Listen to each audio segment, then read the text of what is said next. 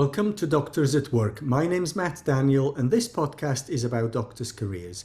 It's part of my mission to help doctors create successful and meaningful careers. Today, we're talking about retirement, and I'm interviewing Nitin, who has retired from clinical practice but actually continues to work in some aspects relating to professional practice.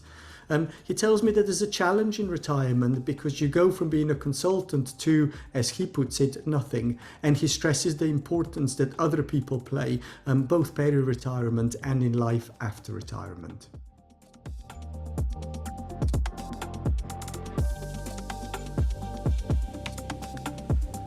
Welcome, Nitin. Tell me a little bit about yourself. Hi, Matt. Good to be here. Thank you for the invite. Matt, I am a consultant urologist who has now retired from clinical practice a year ago. But I'm still doing a couple of things which are interesting, mainly for international medical graduates. One of them is that I'm a visiting professor in a university up north where we support doctors who are in trouble with the GMC. And the other one is where I'm a co-vice chair for the Center for Race Equality in Medicine. Again, this is to help international medical graduates to get a fairer hearing from the GMC. Both these posts are new posts which have just been created recently, and we're working towards making them solid. And the topic for us today is retirement, but it doesn't sound like you've retired. So maybe a starting question would be, what is retirement for you?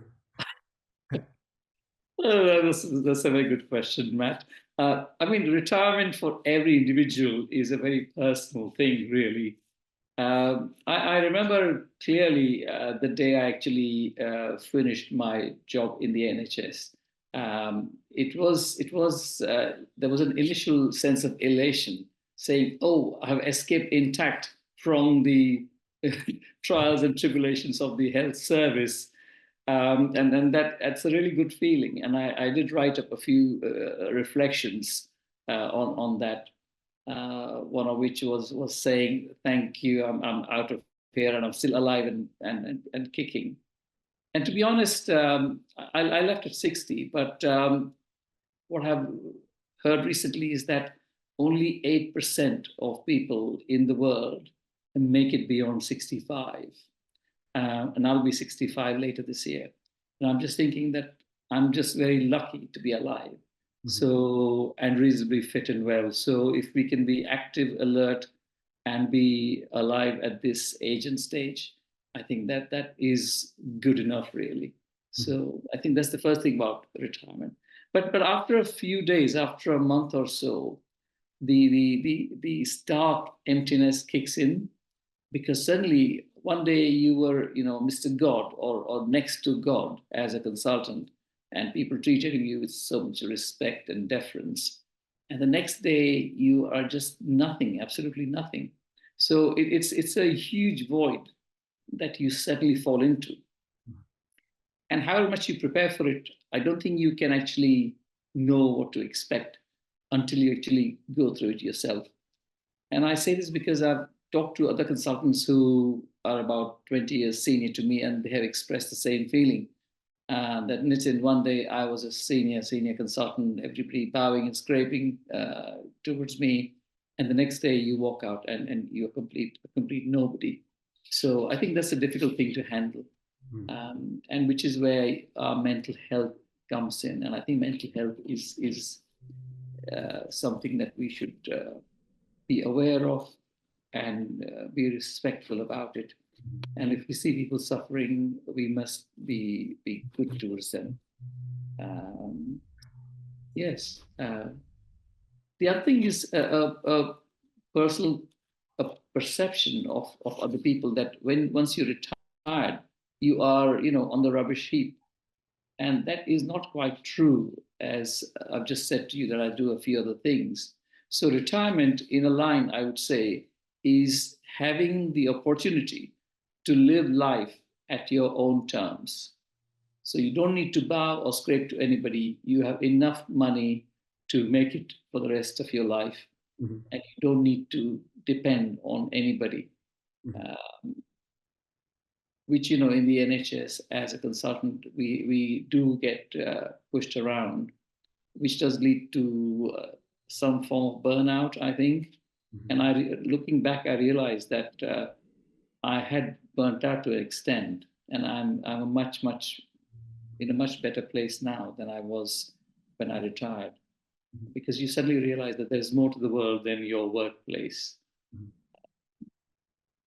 But you do miss all your work interactions. You miss your work colleagues. You know, the odd one with whom you disagree, but most of them you get along really well. They're good mates, good friends, and just saying hi, hello every morning is fantastic, and you really miss that. I'm interested in that idea that you know, one day you're a consultant, and you know, yes, there are challenges with that, and yes, there are privileges that come with that, and then you sort of say the following day you're nothing, and you're on the rubbish heap. And I can see that, you know, there's something there about our identity, isn't it? You know, as doctors, or the same would apply to GPs, or in fact anybody else. You know, one day you are a professional, and a huge amount of our identity is wrapped up in who we are and how we see ourselves, and then overnight that changes. I mean, how have you seen people around you deal with that loss of identity and then having to create a new identity for themselves? I haven't seen many other people actually in my situation, because in my hospital, I've got a couple of senior consultants who walked away from the hospital, from the department, about 10 years before I left, and yeah, 12 years before I left. And they just disappeared into a complete nothingness. I have not heard from them. I've hardly heard anything about them. So and for some reason they haven't kept in touch with us. Perhaps our fault, I don't know. Perhaps we didn't make them feel welcome. But I have got friends and colleagues with whom I'm still in touch, which is a good feeling. So it would really be nice if departments or GP surgeries kept in touch with their oldies, as I call myself an oldie. I'm an oldie, and I think it's a nice feeling to be welcomed back in your department. And I am. I've been to the hospital a few times for this, that, and the other, and people are happy to see me. They have a genuine smile on their face, which makes me feel that feel good about myself, and it's really nice to meet them. If I think of, I can think of three consultants in my department that have retired. So one person was there, and the following day they just disappeared. Like literally overnight, they just disappeared. And I think one consultant lives quite close to them, so occasionally sees them in the street. But that person totally disappeared. And I think they had lots of hobbies and activities outside of medicine. And I think for them, the disappearing was that they had very clear other things that they had on the agenda, and they just moved there. So I think of kind of a middling consultant that did retire and stopped working, but we did keep asking them back, say, you know, we named the prize after them, you know, sort of, will you come and talk, you know, come and present the prize, you know, chair a conference, etc. And we kept doing that, and then over time that person got increasingly reluctant to come back and sort of talk and chair at conferences and share experiences, and got sort of to the stage where that person then said, you know, it's lovely that you're asking me back, but you know, my life's moving in a different direction. So they kind of very much had, you know, a transition. Yeah, sort of the clinical work gradually wound down and other stuff gradually wound up. And then if I kind of think of a third consultant that has both ongoing clinical stuff and sort of completely different existence outside the work, and that person does 2 clinical sessions on a kind of retire return basis. So they come back and they're still part of our department, but on 2 clinical sessions, and the rest of the time they have a totally different existence that is totally non-clinical. So kind of 3 very different things, you know, either completely disappear or gradually transition or run 2 parallel lives, sort of going forwards. And I think sort of that kind of, to me, seems interesting, because there's obviously more than one way of retiring. Yes, of course. what happened to me is that I left my NHS practice in February 2020, and that's just before COVID struck. And I was still doing some private work, but private work dried up during COVID as well. So that was a really tough time in a sense. But I actually found another side to myself. And during COVID, I wrote some poems, which I published in a little book, which is on my website. But one of the poems is about two surgeons living together. And that is an issue that becomes a problem, can become a problem when we retire. Because I've written about two surgeons living together, because my wife is a gynecologist. And the trick of escaping arguments, which can be, knife sharp arguments, is by disappearing on ward rounds, which is a great excuse to go away from home for a few hours, cool down, and come back. But once you retire, there is no escape like that. And therefore, it does become difficult till you both realize that, yes, we both on each other's nerves, and you got to, calm down a bit and be kind to your life partner, just because you can't afford to get on each other's nerves. So that's quite an interesting aspect that I found out. But things have settled down now, and now I'm completely retired since last year. And yes, life is much more balanced in that sense. How did you plan for your retirement? If I take you back to, you said you retired in 2020, let's say if I take back to, I don't know, 2017, 18, what plans were you making? I didn't, to be honest. I couldn't. I got a bit fed up in my job around the middle of 2019, and I thought I wasn't enjoying it, so I decided to just leave. Um, and it did affect my pension to an extent. So I think what I would say to people is that, yes, if you want to leave, but it can affect your pension. So look at the numbers that go with your retirement date.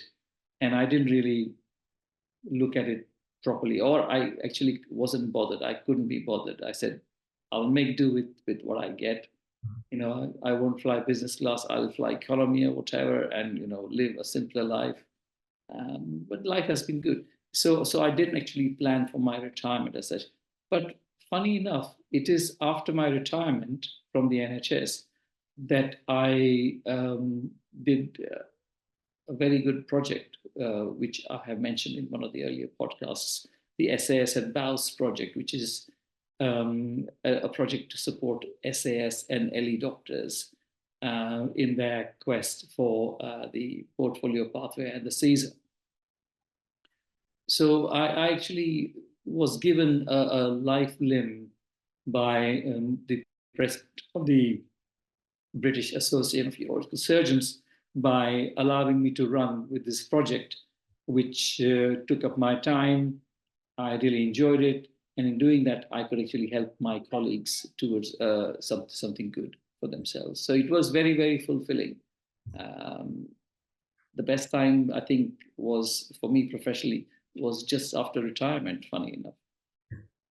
And it's interesting that as you said, people retire, but people have lots of expertise and wisdom and respect from other people, because many people early in their career, people often have very strong views and very strong emotions, and maybe sort of as you get older, at least that's what I'm noticing in myself. Hopefully, I'm getting less reactive and more wise, and sort of and more willing to listen and more willing to take other people's views into account than perhaps I was 20 years ago.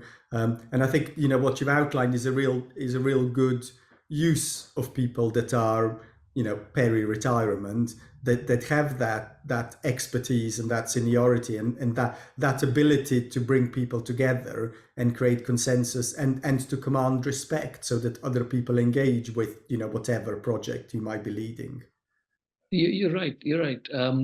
I think as we get older, we do get wiser, and to an extent, also getting away from a place, you can dissociate your emotions from facts, really, and you can actually assess things better. And I think that is when that's the time when all your life history, your upbringing, and your lived experiences, they all kick in.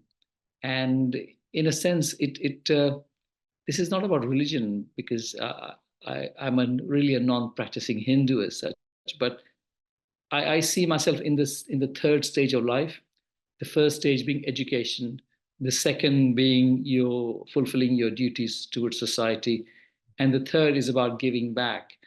And that's the stage that I am at. And professionally, that's what I'm trying to do, because it gives me immense personal joy and personal satisfaction when I'm able to help somebody with whatever their problem is. And as somebody who's removed from the profession to a certain degree, and from the workplace to a certain degree, it you can assess and advise dispassionately, and your experience comes into help.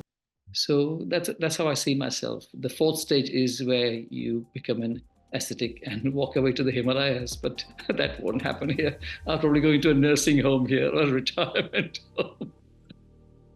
I hope you're enjoying the show. Please click subscribe so you'll be notified when new episodes become available. This podcast is part of my mission to help doctors create successful and meaningful careers. You can be part of that mission too by forwarding this show to one person who you think might benefit from listening. Thank you. Now on with the show. I like the idea that maybe later on in sort of third stage of their careers, people get to the era of giving back. I mean, how do people find opportunities and ways to do that? Let's sort of say somebody who's in their late 50s, early 60s, who has retired or is thinking of retirement, but they're still wanting to do stuff. How do they create and find opportunities to give back? Well, this is where I think professional bodies and hospital trusts need to recognize and do something for their retired folk, really. There are some of us who can switch off and walk away saying goodbye and never look back, but some of us can't do that. Some of us want to stick around for whatever reason. And I think like my professional body helped me immensely, um, and my trust hasn't, but that's because we probably didn't get along.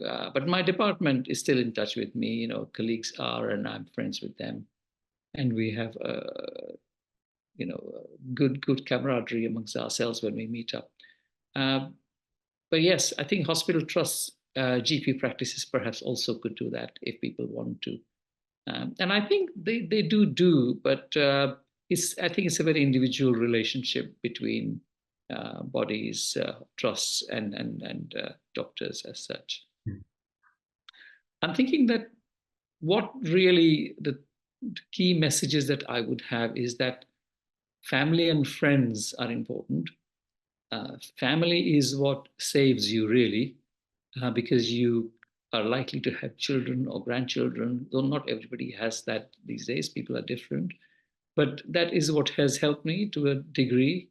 Um, I have grandchildren with whom I become a child, a completely simple guy, and we have lots of silly fun, which is really nice. And having a supportive family is very, very important. Um, the other thing are friends who are not like you and who are not in the same echo chamber, because being in the same echo chamber can be a bit monotonous, and you become a very rigid personality. And I would say that as we age, we do become more and more set in our ways, and it is important that we keep an open mind, open thinking, and be open to other people's thought processes and suggestions. So having friends who are not like you, and I do have them. They're a very naughty bunch, and friendly and loving too. So that's important. The most important thing, however, is gratitude and being thankful for being here still, really. Keeping a moderation, keeping a balance in life, being moderate about things, not being too greedy. Because I think as doctors, our pensions are pretty reasonable. Mine's nothing great, but it's okay. And with me and my wife, we can manage things pretty reasonably as such. And the biggest quality I think that we should all adopt on retirement is loving our fellow human beings, because that gives endless joy somehow. That's what I find. I love my fellow humans. I would like to do anything I can for them. It's no big deal. And it just gives me great joy. So I'm doing it for completely selfish reasons. So when somebody says, thank you, Nitin, or thank you, Mr. Shrotri, or you're so good, you're so nice.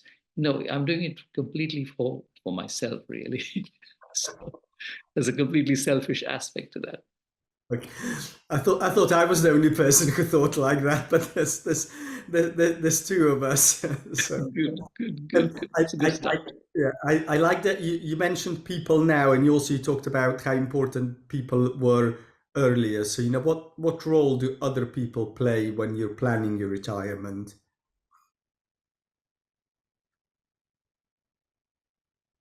You got me there, perhaps, because I'm not really a planner. I do think ahead, but I don't think terribly far, too far ahead.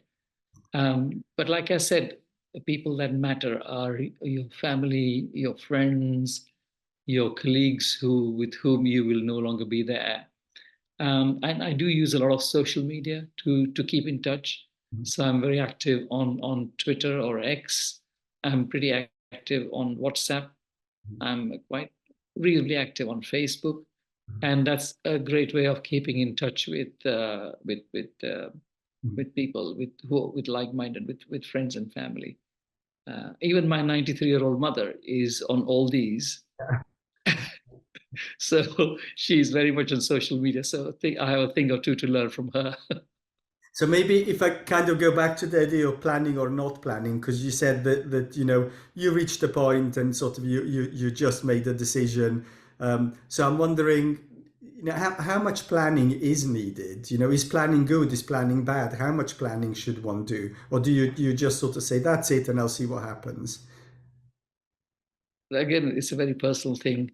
But what I would say to people is that I think pension planning is important, Okay. because financial planning matters. And that's the one thing that I could have done better. But luckily, I'm okay and I can have enough to, get away. Also, I think they do say that a lot of us live poor and die rich. So I think we should try and use up the money that we have, or hand it to our next generation while they're alive, or donate to charities when we still can. And I think financial planning matters a lot. So getting good financial advice is important before one decides to retire. I didn't take it, but as I said, I'm okay with that. But I would advise single earners, especially, to make sure they plan their best financial retirement. Apart from that, make sure we have a network of friends. Um, this may sound a little odd or strange, but what I have found is that being a foreigner, being an immigrant, first generation immigrant in the UK, I'm fairly westernized in a sense, but still I have gravitated back to my community, because most of my good friends now are from my community or my nationality, of an Indian background. So somehow we tend to gravitate back to our own. For whatever reason, I can't explain that, but that is what does happen. So it's important that we have a network of friends and we know who our friends will be, because a few people can perhaps live life on their own within their own four walls, but most of us need social interaction, enjoy social interaction, and should keep that, just so that we stay in touch with the world. Otherwise, you curl up in a corner and you found 5 years later, in the corner of your house. That's a very sorry thing. So I think it's important to maintain good friendships and good relationships, perhaps with your own community. Though I have a lot of English friends and international community friends, but the ones I gravitate to often are from my community. Yeah, because you can see how if somebody's whole existence has very much been wrapped in their medical world, the colleagues at work, the people you meet at conferences, and then all of a sudden, overnight, all of that disappears, then who are your friends? Where's your community? Who do you talk to? Absolutely, absolutely, yeah. One day they are your so-called friends, but the next day when you stop going to meetings to your department, they're not there. They're not there for you. So you need to make sure that you have a good network of friends. And the reality is that that happens because you only need to think of people that are early in their career. You do a 6 month job, you move on, you never see those people again. You lived and breathed with them, and sort of you fought with them and tried to keep the patients alive. And you have that really strong, if you think, when people rotate through 4 months, 6 months, a year, 2 years, and then they disappear and you don't see those people again, do you? So for me, that there's something there about the importance of keeping in touch. Uh, and I don't know sort of what you're like at that, but I think I'm terrible at that because I say I must contact so and so, but then stuff moves on, and I kind of think, oh, I loved working with that person. We used to go out and we used to do all of these things, and then the world moves on and they disappear, and then I guess the danger then is you retire, and there's a huge chunk of people that you knew that you were friendly with, but you never kept in touch with, Yeah, and all of a sudden, those the automatic interactions that happen through going at work just disappear. yeah. Yeah. Two more things that I'd like to mention are our physical health and our mental health. So physical health is important, and we must do something to keep ourselves fit and well. So going for long walks, having some light gym workouts, nothing too strenuous, and looking after one's mental health, which does play on our minds. I mean, it does affect me to some extent. My mental health is something that can be prone to getting into trouble, just because, like I said, you had such a busy life, and now you have a fairly empty life. What do you do with your time? Uh, that is what we need to uh, think about and plan for that. And one can do that by having reading or writing as a hobby. And I haven't read much recently, but I do try and write a bit, which I do from time to time, getting my thoughts out on a paper or onto a laptop.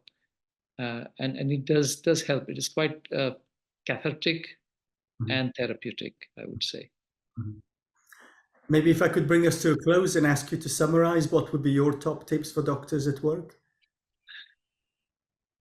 I was thinking that one should live, one should love, one should let live, and be thankful. That sounds great. Thank you very much, Nitin. If we did those few things, life would be perfect. Thank you.